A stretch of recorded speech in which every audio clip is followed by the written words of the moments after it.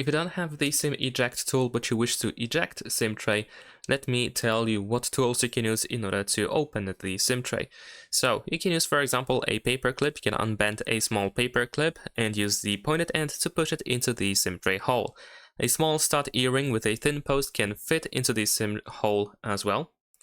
And if you have a safety pin, a thin safety pin can be used to press into the eject hole over here. Mechanical pencil also works. If the lead is retracted, the metal tip of a mechanical pencil may work.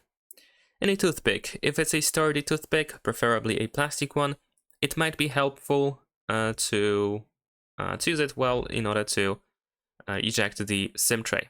If it's inserted carefully, of course. So anything that is sturdy enough and long enough and thin enough as well to put it into this small hole over here at the top, then it can be used in order to eject the SIM tray. So essentially you want to just use the tool that you have, put it into this hole, and then push with a little bit of force so that the SIM tray pops out. And that's it. Thanks for watching. Leave a like and subscribe.